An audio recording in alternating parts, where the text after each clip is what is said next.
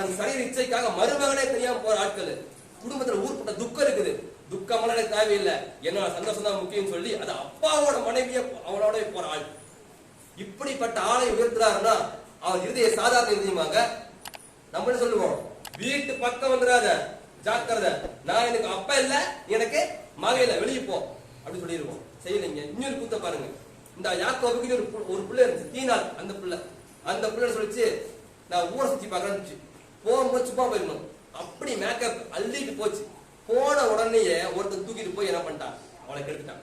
கெடுத்த உடனே இந்த நியூஸ் யாக்கோபுக்கு வருது. யாக்கோபு அண்ணன் மரல வருது. அதுக்கப்புறம் நம்ம நடவடிக்கை அந்த அண்ணன் மரம் இவனுக்கு பெரிய உத்தமர்கள் கூட்டம். இவனுங்க ஏற்கனவே யோசிப்ப இவனு வித்து போட்ட கூட்டம் இவனுங்க. அப்படியா என்ன பண்ணலாம் சரி சொல்றேன்னு சொல்லிட்டு 10 பேர் கூட்ட ஆலோசனை பண்றானுங்க. நம்ம தங்கச்சியை கெடுத்துட்டான், என்ன பண்றது, இவனை அழிக்கா உனக்கு சொல்லிட்டு 2 பேர், சிமியோனு லேவியும் 2 பேர் உள்ளுக்குள்ள அப்படியே ரகசியமா ஆலோசனை பண்றாங்க.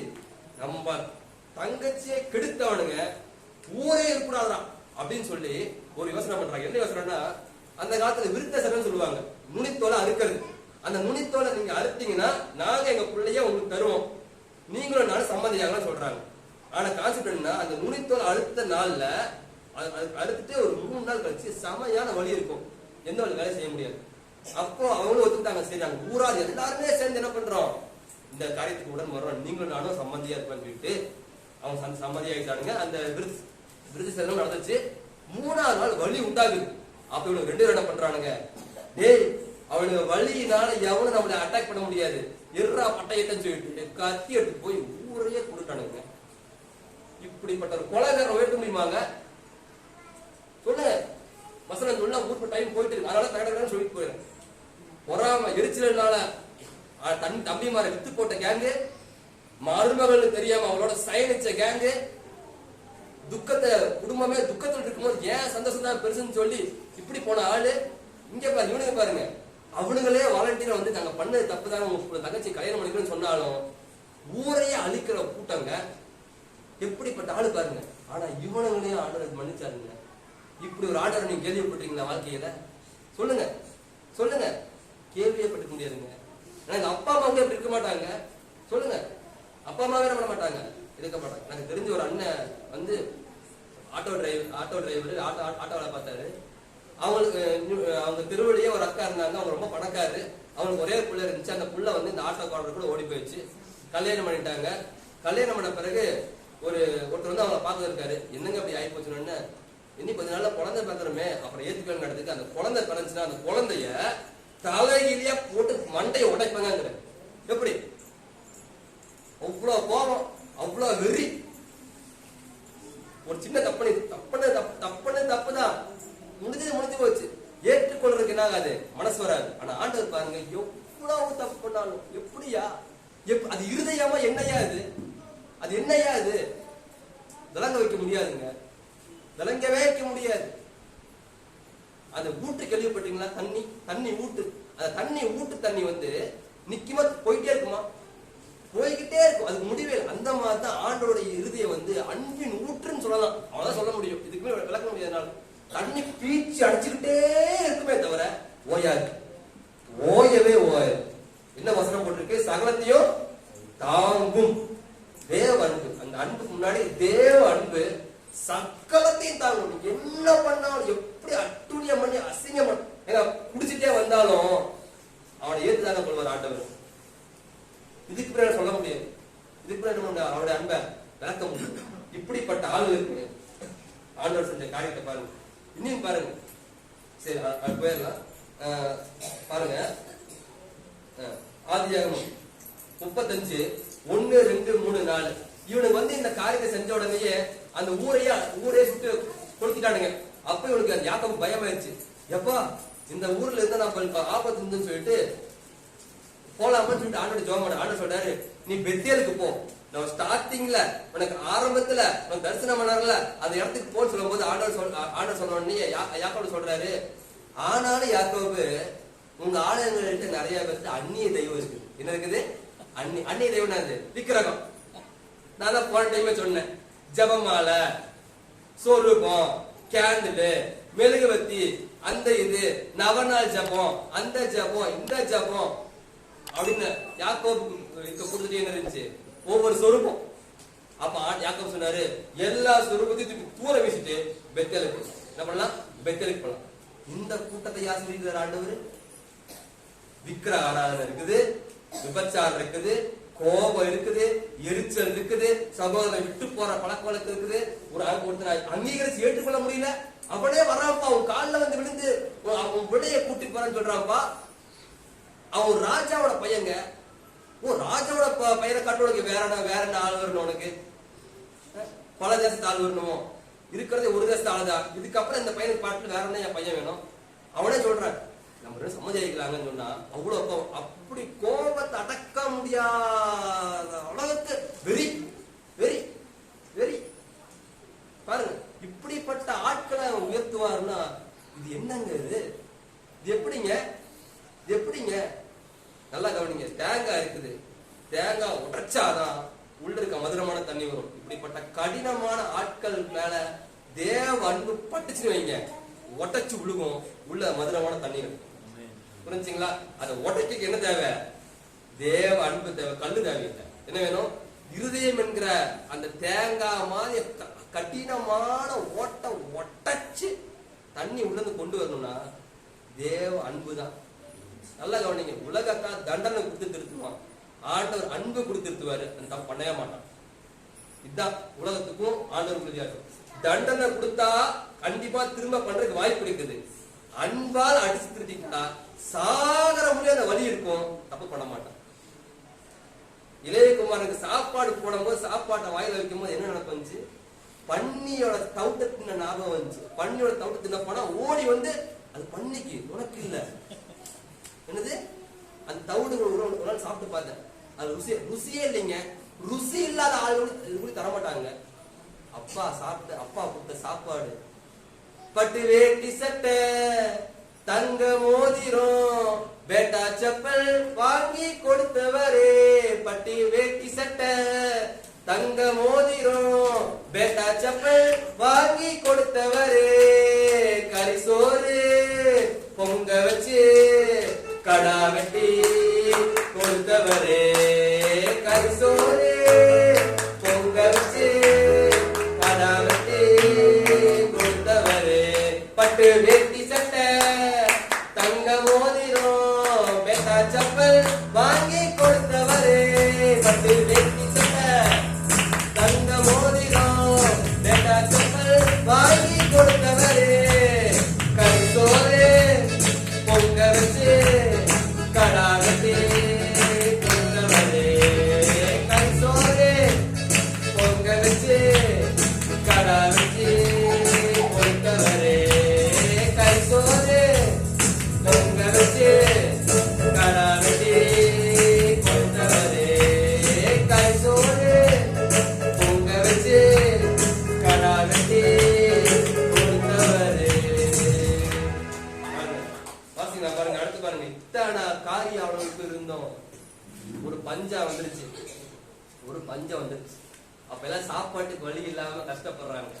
இப்போ அப்பா சொல்றாரு, யாக்கோபு சொல்றாரு, டேய் எகிப்துல தானி இருக்குன்னு கேள்விப்படுறான்டா, போடா அப்படிங்கும் போது அவனுங்க எல்லாம் போறானுங்க. போனா அங்கதான் யோசேப்பு தான் அதிபதி. அவனுக்கு தெரியல அவனுக்கு. ஆனா யோசேப்பு அவனை கடினமா நடத்துறான். எதுக்கு அப்படின்னா அவன் தப்பு உணர வைக்கிறதுக்காக. உணர வச்ச பிறகு ஒரு வார்த்தை சொல்றாங்க. அந்த வார்த்தை தான் நம்மளுக்கு இன்னைக்கு ஆனா நம்மளோட பெரிய விரும்புறார். ஆதியாகமம் 45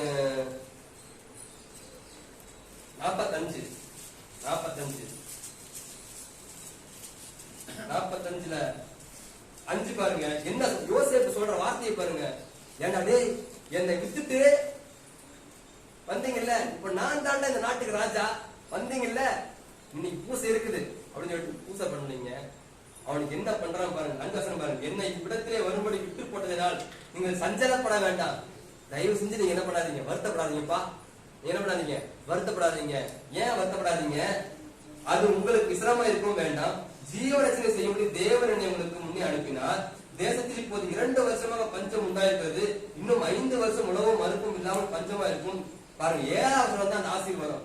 பூமியிலே ஒரு வம்சம் ஒளியா ஒளியாமல் இருக்க உங்களை ஆதரிக்கிறதுக்காகவும் பெரிய ரட்சிப்பினால் உங்கள் உயிரோடு காப்பதற்காகவும் தேவன் என்னை உங்களுக்கு முன்னுமே அனுப்பினார். எப்பா நீ விக்கிர ஆராதனை பண்றவன்ப்பா, மருமகளோடைய தப்பா நடக்கிறவன்ப்பா, அசுத்தமோ இச்சையோ காமமோ கோபமோ மூர்க்கம் இருந்தாலும் உன்னையே வாழ வைப்பாரு, உன் சந்ததியே வாழ வைப்பாரு.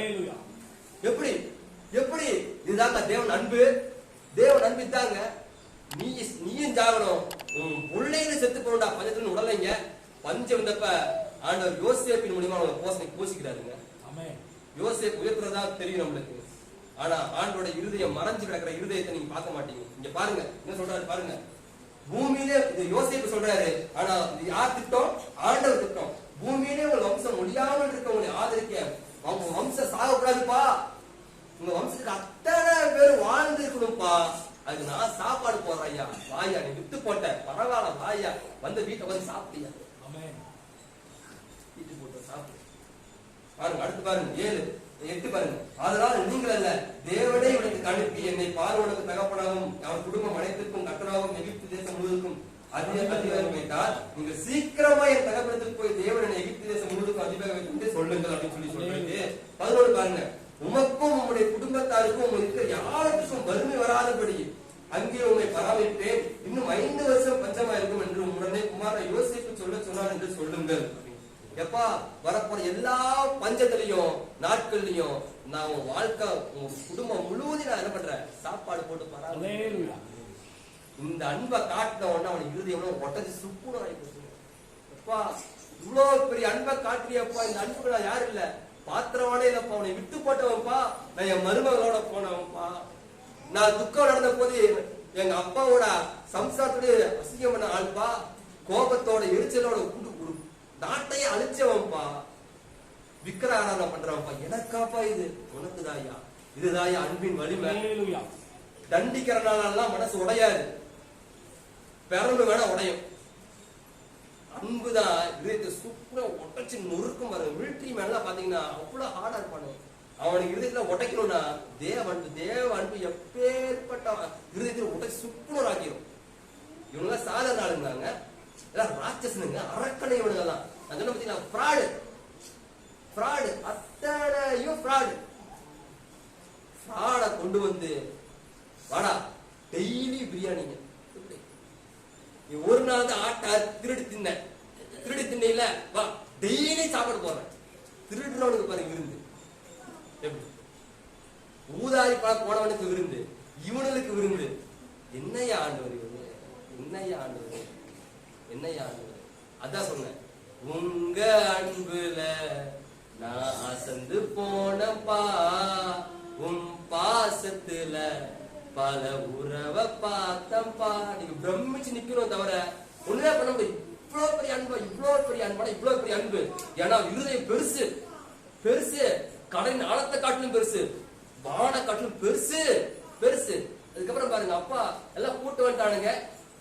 கோசேன்னு ஒரு நாடு இருக்கு, அதான் ரொம்ப செழிப்பான நாடு. அந்த இடத்துல தலைவர்களுக்கு என்ன பண்றாரு, வீடெல்லாம் கட்டி கொடுத்து ஜமாயா இருப்பா அப்படிங்கிறாரு, ஜாலியா இருக்கிறானுங்க.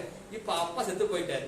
உடனே உங்களுக்கு உள்ளுக்குள்ள தோணுது, அப்பா இருந்த வரையும் காப்பாத்தினா, அப்பா செத்து போன பிறகு திருப்பியும் நம்பால வேலையை காட்டிடுவான்னு பார்த்தா நிலைமையை பாருங்க. 50-21 அதிகாரம் 50-21 சொல்றாங்க. அவங்க சொல்றாங்க, எப்பா அப்பா செத்து போயிட்டாரு, ஆனாலும் அப்பா அவங்க கூட தான் சொல்லியிருக்கான்னு சொன்ன உடனே அவங்க சொல்றாங்க பாருங்க, பயப்படாதிருங்கள், நான் உங்களையும் உங்க குழந்தைகளையும் பராமரிப்பேன் என்று அவர்களுக்கு ஆறுதல் சொல்லி அவர்களோடு பச்சமாய் பேசினான்.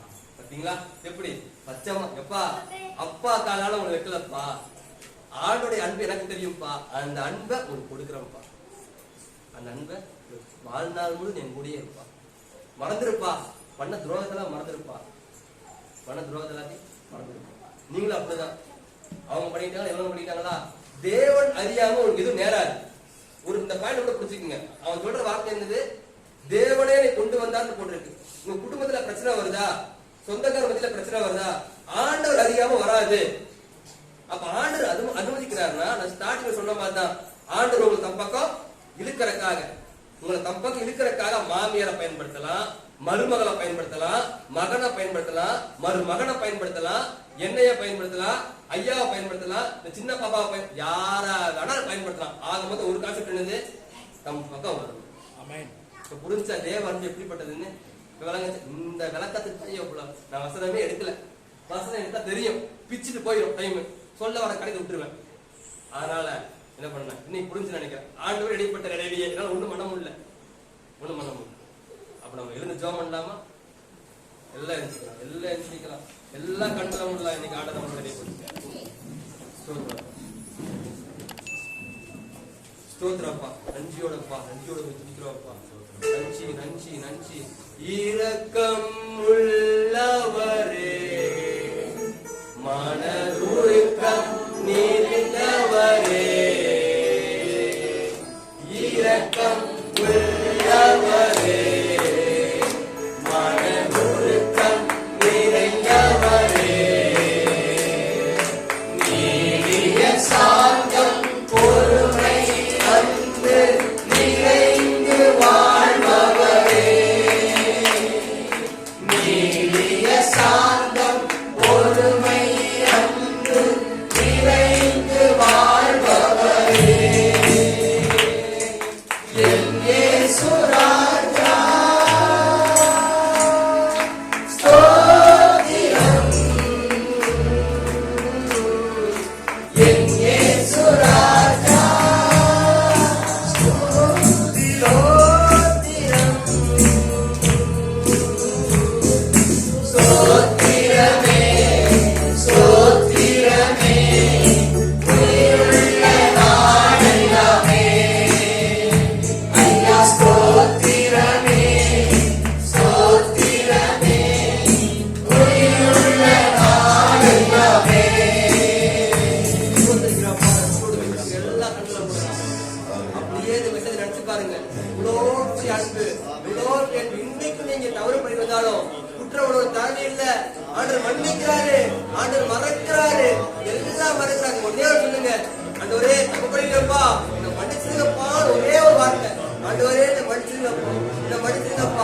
பாவத்தை மறைக்கிறவன் வாழ்வடைய மாட்டான்.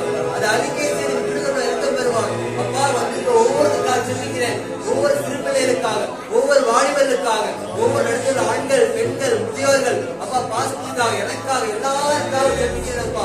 இப்பொழுது இயேசு கிறிஸ்துவின் ரத்தம் சகல பாவனை நீக்கி சுத்திகரிக்கும் என்ற வார்த்தையின்படி ஆண்டவர் எல்லா விபச்சார கண்கள், வேசித்தன கண்கள், அசுத்த கண்கள், பாவ கண்கள், பொறாமையின் கண்கள், எரிச்சலின் கண்கள் எல்லாவற்றையும் கழுவுவதாகப்பா.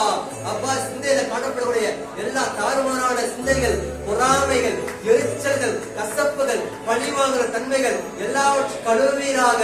இருதயங்கள் எல்லாம் விருப்பம் கேடா இருக்குதப்பா, ஒரு விஷயம் கழுவி பரிசுத்தப்படுத்துங்கப்பா. கை கால்களை பரிசுத்தப்படுத்துங்க. போகக்கூடாத இடத்துக்கு போன கால்கள், செய்யக்கூடாத செய்த கைகள் எல்லாம் எடுத்துக்கொள்ளுங்கப்பா. அப்பா வாயில காணப்படக்கூடிய எல்லா பொய், எல்லா கெட்ட வார்த்தைகள் மற்றும் குற்றப்பட்ட வார்த்தைகள், குறை சொல்கிற வார்த்தை கல்வி போடுங்கப்பா. அப்பா அப்பா பிள்ளைகளுக்கு அப்பா ஸ்தோத்திரம், நல்ல ஆசீர்வாதமான செழிப்பான ஆண்டவரே அப்பா ஸ்தோத்திரம் ஸ்தோத்திரம் ஸ்தோத்திரம் ஸ்தோத்திரம். செழிப்பான தேசத்துல யோசிப்போர்களை வைத்தாண்டு வாசிக்கிறோமே, அதே போல செழிப்பான தேசத்துல நீ வைக்கப்பட தயவுக்காக ஸ்தோத்திரம் அப்பா, ஸ்தோத்திரம். நீ அப்படியே காத்து நடத்துங்க. இயேசுவின் சோத்திரம் சோத்திரம் சோத்திரம்.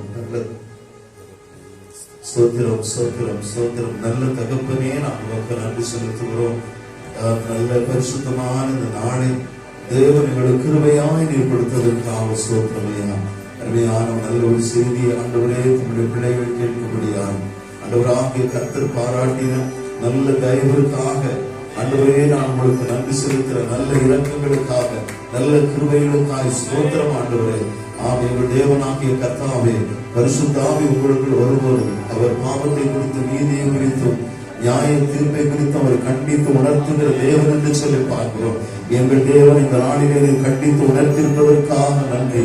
எங்களுடைய குறைவுகளை கண்டித்து உணர்த்தினீரே, எங்களுடைய கரைகளை ஆண்டவரே, எங்களுடைய குற்றங்களை கண்டித்து உணர்த்தினதற்காய் ஓ தகப்பனே நாங்கள் உங்களுக்கு நன்றி செலுத்துகிறோம் ஐயா. நீர் எவ்வளவா எவ்வளவா எவ்வளவா நீர் எங்களை நேசிக்கிறீர், எவ்வளவா நீர் எங்களை அன்பு வைத்திருக்கிறீர் அப்பா. ஆண்டவரே, உடைய அன்புக்கு ஈடு இணை இல்லை என்று வேதம் சொல்லுகிறது ஆண்டவரே. வானத்திற்கு பூமிக்கு எவ்வளவு தூரமோ அவ்வளவா நீர் எங்களை நேசிக்கிறீர் அப்பா. கிழக்குக்கு மேற்குக்கும் எவ்வளவு தூரமோ அதிலும் அதிகமாக நீர் எங்களை நேசிக்கிற தகப்பன் நீங்க ஆண்டவரே. அப்பா அந்த நாளில் உங்களுடைய அன்பு எவ்வளவு பெரியது, எவ்வளவு பெரியது, எவ்வளவு பெரியது. சாக்கடைகள் கிடந்தாலும் அங்கே வந்து ஆண்டவரே இந்த நாட்டத்தை பாராதபடிக்கு எங்களை தூக்கி எடுக்கிற தகப்பன் அல்லவோ. ஆண்டவரே பன்றி கூட்டத்துக்கு இருந்த மகனை ஆண்டவரை கட்டி தழுவின எங்கள் அன்பு தகப்பனே, இந்த நாளில் அப்படிப்பட்ட ஒரு சூழ்நிலைக்குள் ஆண்டவரை இருப்போம் என்றால் ஒரு விசைகளை கழுவி ஆண்டவரை பரிசுத்தப்படுத்தி சுத்திகரிக்கும்படியாக தேவனுடைய பிள்ளைகளை கழுகுறதற்காக சுத்திகரித்திருப்பாக நன்றி. பிள்ளைகள் தகப்பன் வீட்டிற்கு வந்திருப்பதற்காக ஸ்தோத்திரம். இளையகுமாரன் தகப்பன் வீட்டுக்கு வந்ததை போல ஆண்டவரே, இன்னைக்கு பிள்ளைகள் ஆண்டவரை தகப்பன் வீட்டிற்கு கூட்டி சேர்த்திருக்கிறேன். நன்றி ஆண்டவரே. விட்டு விலகாதபடிக்கு தேவன் பாதுகாத்துக் கொள்ளுங்க. என் பிள்ளைகளை விட்டு விலகாதபடிக்கு பாதுகாத்துக் கொள்ளுங்க ஆண்டவரே. திருவை பெருகட்டும் ஆண்டவரே.